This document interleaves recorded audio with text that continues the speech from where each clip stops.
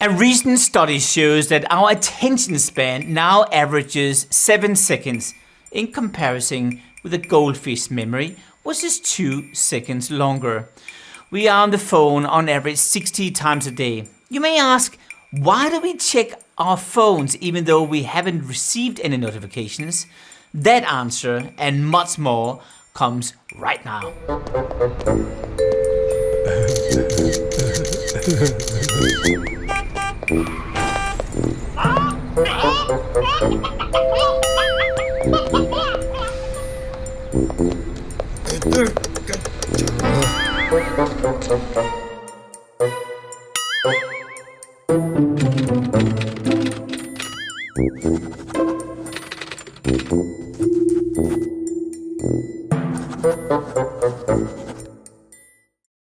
Welcome everyone to Newsweek's Why Do We? I'm Martin Lindstrom, author of Biology, Truth and Lies About Why We Buy.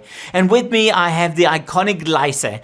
If you recall those amazing drawings in the New Yorker or at the Oscars or Emmys, then you know Liza Donnelly. Liza, do you look at your phone at strange times even when you looked at it just moments before? Of course, I'm always looking at my phone, and I don't even know half the time why I'm looking at my phone. It's like a reflex. Yeah, it's weird. Okay, here's a confession. I gave up my phone a little bit more than 4 years ago. I know you think I'm crazy. Probably, I guess I am. But it also taught me some amazing lessons about life, being present, and about addiction. One person which knows more about this topic than anyone I'm aware of is Nir Eyal, who's worked in the computer and video gaming industry and as an advertising executive for decades, exploring the techniques used to motivate and manipulate users. He's also the author of Hooked and his latest, Indistractable. Welcome, Nir. Thank you so much. Great to be back with you, Martin. Thank you. Nir, when I think of your work, I can't stop thinking about the interactions I had with my late mom. She was a chain smoker and I was obsessed to make her quit smoking. Once I remember I removed all ashtrays in our home, removing the temptation for her to smoke. I was only 6 years old, and yes, she freaked out that very morning when she realized, but she started to smoke less, which makes me think of your work on distraction and the opposite. Yeah, absolutely. So distraction is one of these words that we tend to toss around. But when we actually dive deeper into what that word means, it turns out most of us, I certainly, didn't understand what that term really means. And the best way to understand what distraction is to identify what distraction is not. What is the opposite of distraction? Most people will tell you the opposite of distraction is focus. But that's not exactly right. If you look at the origin of the word, the opposite of distraction is not focus. The opposite of distraction is traction. So traction, by definition, is any action that pulls you towards what you intend to do, something that is aligned with your values, something that helps you become the kind of person you want to become. Those are acts of traction. And there's nothing wrong necessarily with playing video games or watching YouTube or scrolling Facebook. These things aren't necessarily bad if it's what you plan to do with your time. Because as Dorothy Parker reminds us, the time you plan to waste is not wasted time. However, if it's something that takes you away from what you plan to do, it is a distraction, even if it's something that feels productive. So my daily routine before writing my book, Indistractable, looked like this. I would get to my desk and I would say, okay, I've got that big important task I have to finish today that I've been delaying. I've been procrastinating on that task. No more. I'm going to get to work. Nothing's going to stop me. Nothing's going to get in my way. No more distractions. I'm going to get started right now. But first, let me just check some email, right? Let me just do a few easy tasks on my to-do list. And when I didn't realize that I had succumbed to the most dangerous, most pernicious form of distraction, which is the kind that tricks you into prioritizing the urgent and the easy work at the expense of the hard and important work we have to do to move our lives and careers forward. So just because something is a worky task, right? Email, oh, I got to do that at some point, doesn't mean it's not a distraction. Anything can be a distraction if it's not what you plan to do with your time and with your life. It's fascinating what you're saying because, of course, that comes down to our obsession with smartphones, which reminds me about a study I conducted in 2008, where we scanned more than 2,000 consumers' brains using fMRI. We looked into an area in the brain called the nucleus accumbens, the craving spot, and also the area where addiction lives. One of the things I discovered through this work was that symbols around us have profound impact on attracting attention and creating addiction. Very much in line with your distraction philosophy. You know, the email ding or the vibration. What we discovered was that close to 40% of the population, in fact, experience what we call the phantom vibration syndrome. A feeling that your smartphone is vibrating in your pocket despite the fact that there isn't a smartphone in your pocket. Tell me more about that.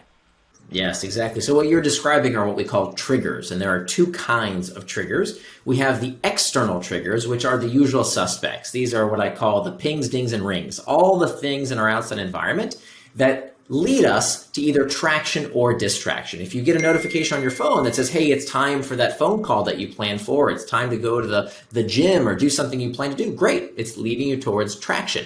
But if you're having dinner with your family or you're working on a big project or whatever the case might be, and you get a notification on your phone and now you're off checking Facebook or email or doing something that you didn't plan to do, well, now it's led you to a distraction. Neil, until recently, I had my personal to-do list. Well, until I realized that I've become a slave of it.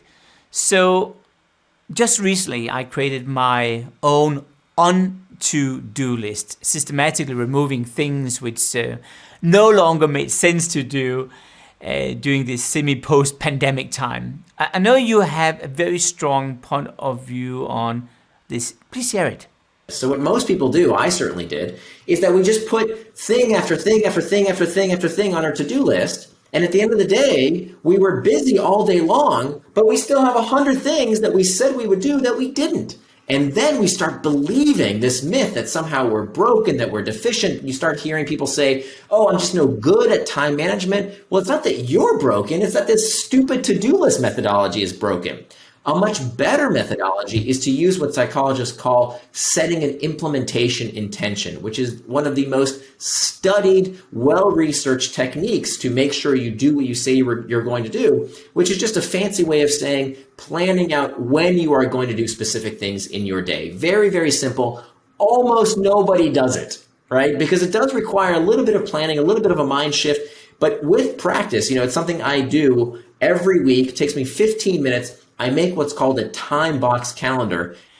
But Neil, this really requires a lot of discipline, right? I mean, as you know, 5 years ago nearly, I quit my phone and I haven't had a phone ever since.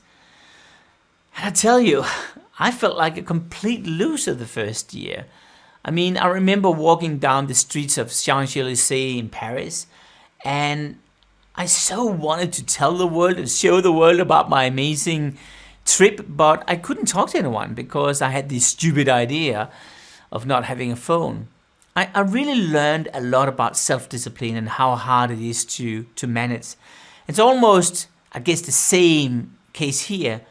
Also with this indirect peer pressure you're seeing. I mean, going back to the smoking breaks you had in the old days, or now you have kind of these unspoken phone breaks. Once one phone is pulling out a phone, then another person jumps on and suddenly the entire table is using phones. Tell me a little bit more about that peer pressure and what's really going on.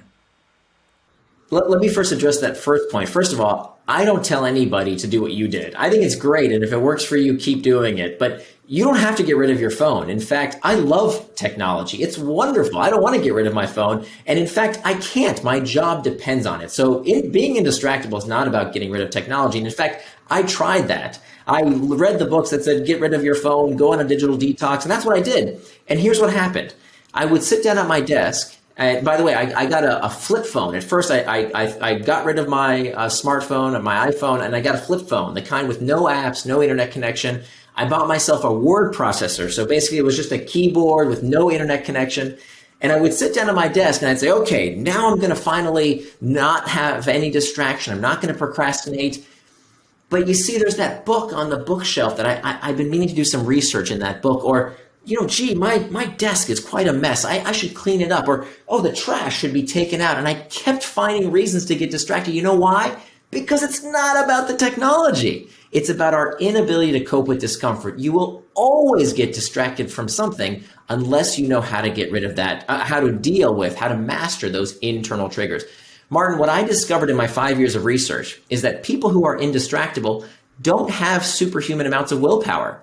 They don't use any self-control. In fact, this whole idea of willpower is being, as you know, exploded in the psychology community. It turns out willpower probably isn't real to begin with. It's not a real effect. It certainly doesn't deplete the way we used to think it did, like gas in a gas tank.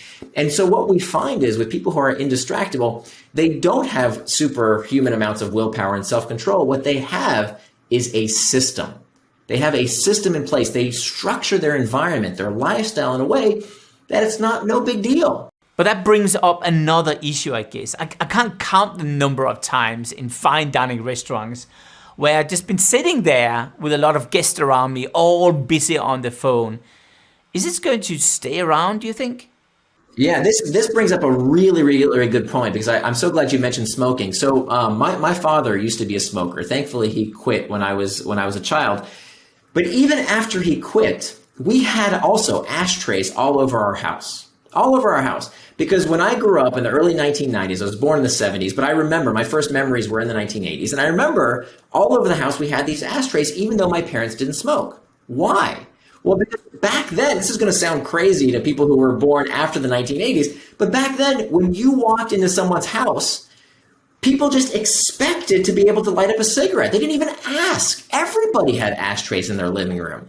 And of course, today, that would be crazy. Nobody would do that, right? You wouldn't walk into someone's house, take out a pack of cigarettes, and expect to light it up in their living room. Can you imagine if someone did that in your home? You'd kick them out. That would be incredibly rude.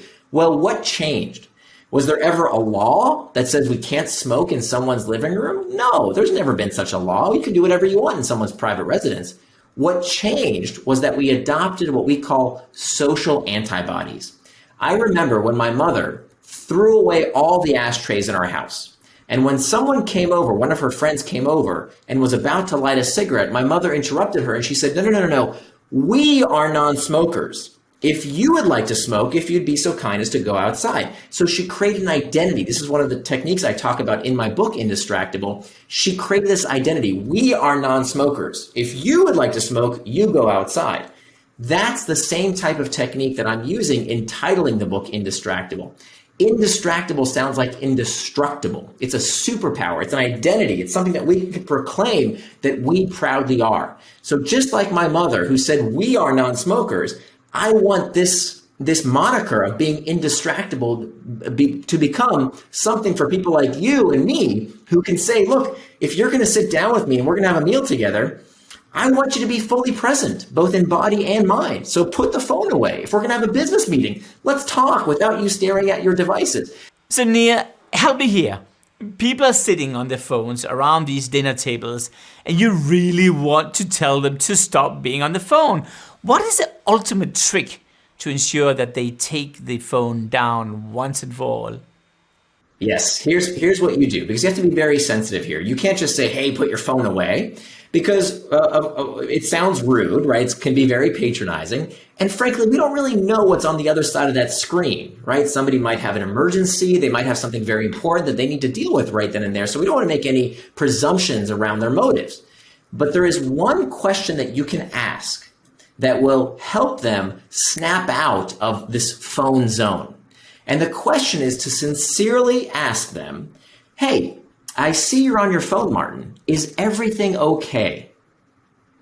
That's it. To sincerely ask, is everything okay? It works like a charm, because what they will say is, oh, you know what? My kid is sick. Just excuse me for a minute. I need to take care of this, in which case, great, they'll go take care of it somewhere else. Or they'll say, oh, sorry about that. Let me put it away. Okay. Now, it's time for the Newsweek question. Why do we check our phones even though we haven't received any notifications? Yeah, so the answer is it's because we don't check our phones only because of external triggers. Those are only 10% of the reason we check our phones. 90% of the time we check our devices, we check them because of an internal trigger. It's because of this loneliness, uncertainty, fatigue, boredom. We are looking to escape this emotional discomfort. And of course, the solution is oftentimes found with this device in our pockets. So does that also explain the phantom vibration syndrome? Remember, the definition of a habit is a behavior done with little or no conscious thought. And the triggers to these habits are these internal triggers. This is what drives our habits. About 40% of what we do day in and day out is driven by these habits. And so bringing awareness to what would otherwise be a mindless action, a mindless habit, is how we get greater control over these habits and make sure that we can do away with the bad ones. I want to go into the future for a second, if you're up for it. The latest innovation now enables Amazon Alexa to assess your mood based on your tone of voice. It can even determine if you have suicidal thoughts. This technology will continue fine-tuning its ability to distract us, I guess. Is this just the beginning, do you think? Yeah, so I think there is no doubt that if you think the world is distracting now, just wait a few years. We know this direction, that this trend only goes in one direction. The world is going to become a more distracting place, and it will bifurcate into people who are distractible, people who allow their time and attention to be controlled and manipulated by others, and people who stand up and say, no, I decide how I control my time and attention because I am indistractable. Because here's what I know, Martin, technology will become more pervasive and more persuasive in the years to come, for sure. So give me a life jacket for the future. What are the tricks you would recommend people watching right now to do so they are future-proof, so to speak? Yeah, absolutely. So I'll give you the 4 steps of the Indistractable model. Step number 1 is master the internal triggers. You have to be able to recognize these emotional states and have practices in place, have arrows in your quiver ready to go so that when you feel these uncomfortable emotional states, you're not taking a shot of alcohol or turning on mindless television or looking for some kind of escape from that discomfort. That's step number 1, the most important step. Step number 2 is making time for traction. This is about planning your day, as we talked about earlier. Just taking a few minutes, takes me 15 minutes a week to decide in advance how you want to spend your time. Because if you don't decide how you want to spend your time, I promise you, somebody will decide for you. Step number 3 is about hacking back the external triggers. I use the term hack very intentionally. To hack something means to gain unauthorized access. We all know that these media companies, whether it's Facebook, YouTube, the New York Times, CNN, they're in the same business. They are hacking your attention so they can sell it to advertisers. This is how we become indistractable. And so here you go. You have no excuse for using that phone as a tool to be completely distracted now. Thank you so much, Nir, for your amazing input, and keep up your amazing writing. Liza, tell me a bit more about the thoughts going through your mind as you were doing your drawings. Well, I wanted to think of something that was universal, that we all are uncomfortable with. There's many things, like I check my phone when I'm uncomfortable watching a movie, and so I thought, what could I draw that is universal? And I thought dating, the first date or a blind date. And so that's what I drew. And these 2 people are on a blind date, and they're terribly uncomfortable for whatever reason. And the first course hasn't even arrived, and they're frightened about this person. So what do? They check their phone, and it's kind of, to me, funny that they're both thinking the same thing, checking their phone when they're sitting in front of each other at a nice restaurant with a nice glass of wine, and they're just still checking their phone. So that's what I thought would be amusing for people to see. I love it. Thanks everyone for watching. As I tend to say, a smartphone makes you closer to a person far from you, but takes you away from the one sitting just beside you. I hope to see you at our next Newsweek episode of Why Do We? Until then, take care of yourself. Bye for now.